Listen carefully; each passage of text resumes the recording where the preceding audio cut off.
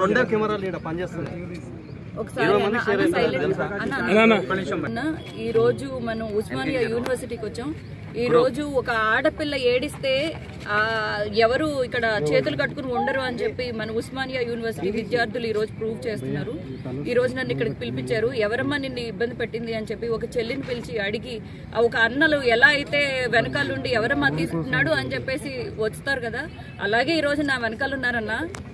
నేను వాళ్ళ ఇళ్లలో పుట్టినకపోవచ్చన్న. థ్యాంక్స్ అన్న. ఈరోజు మమ్మల్ని ఇలా పిలిచి సొంత చెల్లెళ్ళలాగా ట్రీట్ చేస్తున్నారు. ఈరోజు ఈ ఒక్క చెల్లి పెయిన్ కాదన్న, ఇది చాలా మంది చెల్లెళ్ళు ఉన్నారన్న. ప్రతి ఒక్క ఫ్యామిలీకి ఇక్కడ ఫిల్మ్ ఇండస్ట్రీకి వచ్చి మెతుకులు తినే మాకు సేఫ్టీ క్రియేట్ చేయండి అన్న. మీ అందరినీ అడుక్కుంటున్నానన్న. ఈరోజు జ్యోతిరావు పూలే గారు కానీ, సావిత్రిబాయి పూలే గారు కానీ, పూలందేవి కానీ, ఈరోజు ఇందిరాగాంధీ కానీ, లేకపోతే మన దేశంలో చెప్పుకోవడానికి ఈరోజు కల్వకుంట్ల కవిత గారు కానివ్వండి, ఒక ఆడశక్తి ఒక అమ్మాయిని తక్కువ అంచనా వేస్తే ఏ రంగంలో అయినా మనం పైకి ఎదగగలుగుతున్నాం, కానీ సినిమా రంగంలో ఎందుకు ఎదగలేకపోతున్నాం అన్నా? మన తెలుగు అమ్మాయిలు ఎందుకు రాలేరన్నా? మనకేం టాలెంట్ తక్కువ అన్నా? ఈరోజు కోట్లు ఇచ్చి వాళ్ళని కోటలు కట్టించుకున్నాం. ఆ కోటల్లోంచి బయటకు రారా అన్న? మాట్లాడట్లేదు కదా అన్న.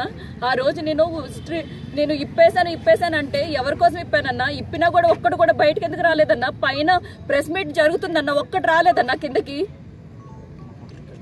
ఇలాంటి దుర్మార్గుల్ని బయటకు లాగి న్యాయం జరిగేటట్టు చూడండి అన్న. మీ అందరూ ఈరోజు మీ అందరినీ అడుక్కోవడానికి వచ్చానన్నా నేను. మన మన మన మన సంస్కారం ఎలాంటిదన్నా? ఒక గుమ్మం ముందు ఒక భిక్షగాడు వస్తే కూడా మనం అన్నం పెడతామన్నా, ఒక సన్యాసి వస్తే కూడా అన్నం పెడతామన్నా. ఒక తెలుగు అమ్మాయినన్నా నేను చేతకాని స్థితిలో ఉండిపోయానన్నా నేను. ఏంటండి వీడియో నచ్చిందా? అయితే ఓ లైక్ వేసుకోండి, లేదంటే ఓ కామెంట్ చేయండి. ఎప్పటికప్పుడు మా వీడియోస్ చూడాలంటే సబ్స్క్రైబ్ చేసుకోండి.